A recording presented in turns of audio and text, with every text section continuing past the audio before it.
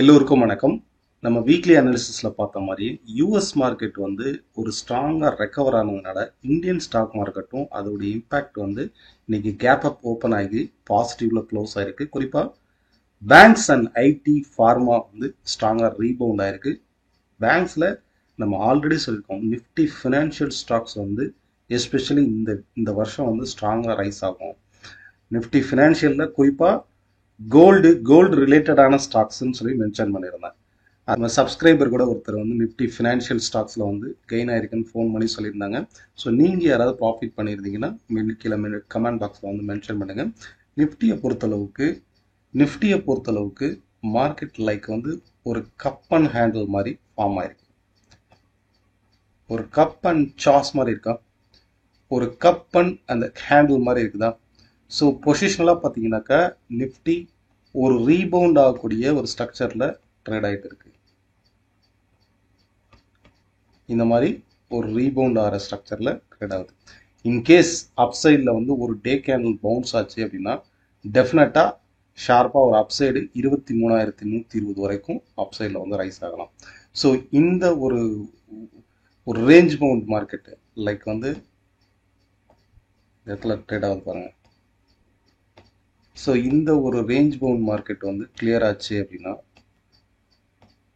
இப்போ நடந்துகிட்டு இருக்க இந்த range bound market one day candle close ஆச்சு 22,620 630. இதுக்கு மேலே வந்து ஒரு நாள் க்ளோஸ் ஆச்சுன்னா கூட அப்சைடில் 23,120 23,200 வரைக்கும் அப்சைடு வந்து ரைஸ் ஆகலாம். இது நீங்கள் டைம் ஃப்ரேம் வந்து ரெடியூஸ் பண்ணி பார்த்தீங்கன்னா தெரியும். லாஸ்ட் ஒரு 3 டேஸாக இந்த ஃபார்மேஷனில் தான் ட்ரேட் ஆகுது பாருங்க. ஆஃப்டர் ஒரு ட்ரெண்டுக்கு அப்புறம் ஒவ்வொரு முறையும் மார்க்கெட் வந்து இந்த ரேஞ்சில் வந்து டச் ஆகும்போது, நேற்று கூட வீடியோவில் சொல்லியிருந்தோம், 22,570 அப்படிங்கிறது ஒரு ஸ்ட்ராங்காக ரெசிஸ்டன்ஸாக இருக்குது. அதே நேரம் பாடம் சப்போர்ட்டுங்கிறது 22,400 22,450ங்கிறது பாடம் சப்போர்ட்டாக இருக்குது. வித்தின் இந்த ஜோனுக்குள்ளே தான் என்டையர் ட்ரேடிங்கும் நடந்துட்டு இருக்கு. அப்சைடில் 22,570க்கு மேலே அட்லீஸ்ட் ஒரு 1 ஹவர் கேண்டிலாவது பிரேக் அவுட் ஆகணும். ஸோ நாளைக்கும் இதே ஃபாலோ பண்ணி பாருங்கள். நம்ம என்ன டீச் பண்ணுறோமோ அந்த டீச் பண்ணுற மெத்தட் லைவ் மார்க்கெட்டில் வரும்போது ஆஸ் எ டீச்சராக இந்த மெத்தட் வந்திருக்கு, செக் பண்ணி பாருங்கள். இதை வந்து நம்ம ஸ்டூடெண்ட்ஸ் சொல்லும்போது அவங்க அந்த மெத்தட்ஸ் வந்து ஒர்க் ஆகுதா ஒர்க் ஆகலையா அப்படிங்கிறது டெஸ்ட் பண்ணி பார்க்க முடியும். ஸோ இன்றைக்கி நம்ம போஸ்ட் பண்ணது MI2 வேவ் மெத்தட் வந்து ப்ராக்டிக்கலாக லைவ் மார்க்கெட்டில் ஒர்க் ஆகிட்டு இருக்குது. இந்த பர்டிகுலர் லெவலை செக் பண்ணி பாருங்கள். MI2 மெத்தட் செல் சைடு நிஃப்டியில் வந்து 22,530 தான் இந்த வேவ் லெவல். இங்கேருந்து ஃபால் ஆகும். அதாவது நிஃப்டி மார்னிங் வந்து ஒரு 10:30 என்ன டைமில் போஸ்ட் பண்ணியிருக்கேன் பாருங்கள். 10:31க்கு நான் போஸ்ட் பண்ணியிருக்கேன். நான் போஸ்ட் பண்ண டைம் இதில் வந்து பாருங்கள் 10:31.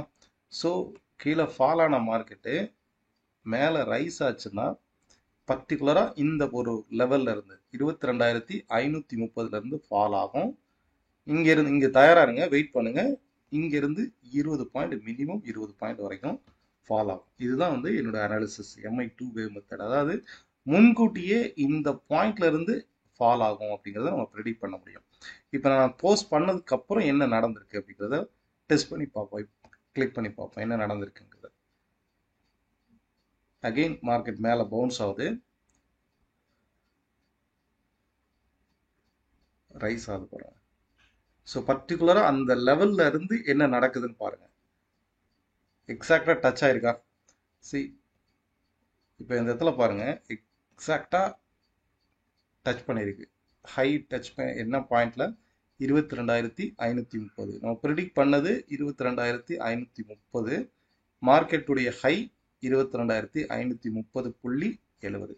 ஸோ இந்த அளவுக்கு அக்யூரேட்டாக நம்மளால் கணிக்க முடியும், முன்கூட்டியே கணிக்க முடியும்.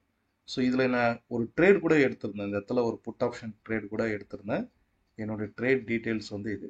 என்ன டீச் பண்ணுறோமோ அந்த டீச் பண்ணுற மெத்தட் லைவ் மார்க்கெட்டில் போகும்போது அது ஒரு இன்ஸ்ட்ரக்ஷன் தான். இந்த ஸ்ட்ராட்டஜி வந்திருக்கு அப்படின்னு சொன்னா அது ஒர்க் ஆகுதா ஒர்க் ஆகலையான்னு செக் பண்ணி பார்த்துக்கலாம். ஃபைன்.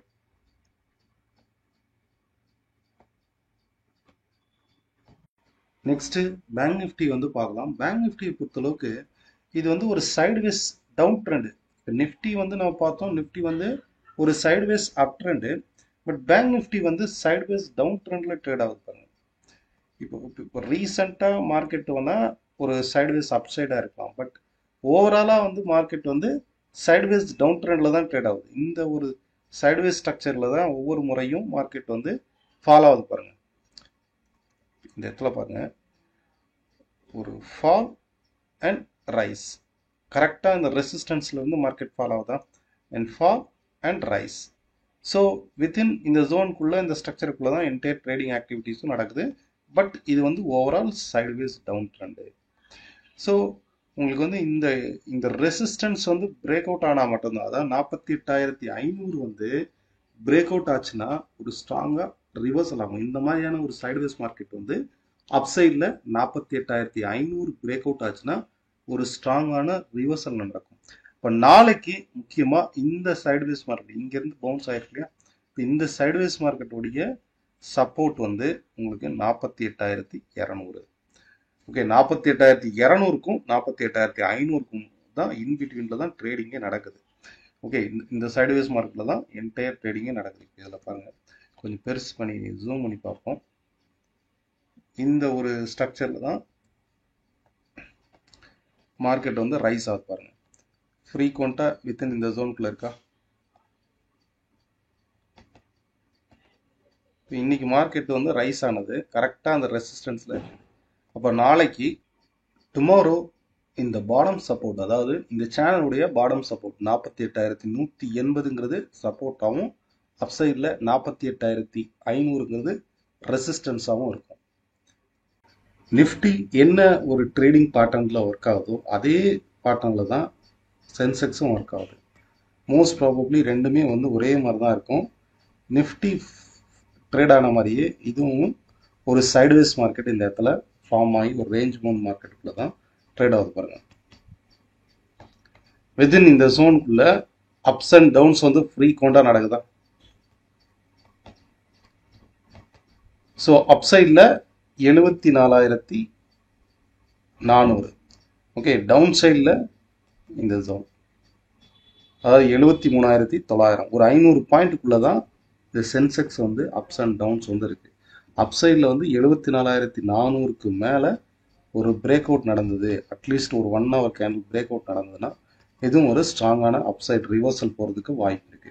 ஸோ நாளைக்கு ட்ரேடுக்கு இதை நீங்கள் வந்து கவனிச்சு பாருங்க. இண்டெக்ஸை பொறுத்த அளவுக்கு இதே நீங்கள் க்ரூட் ஆயில் எடுத்துக்கிட்டிங்கன்னா கம்ப்ளீட் க்ரூட் ஆயிலும் ஒரு ரேஞ்ச் பவுண்ட் மார்க்கெட் தான். ஃப்ரீக்வெண்ட்டாக வித்தின் இந்த ஜோனுக்குள்ளே தான், அதாவது அப்சைடில் 5,930, டவுன் சைடில் 5,800,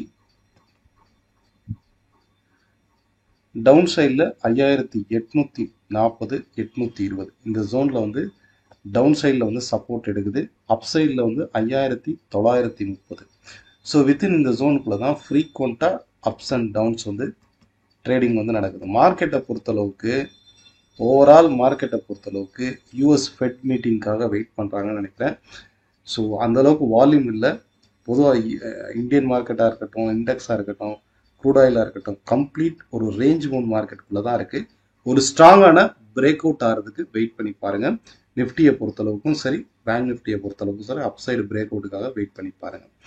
ஃபைன், இந்த வீடியோ நாளைக்கு ட்ரேடுக்கு வந்து யூஸ்ஃபுல்லாக இருக்குன்னு நினைக்கிறேன். இதே போல் இன்னொரு வீடியோவில் சந்திக்கலாம்.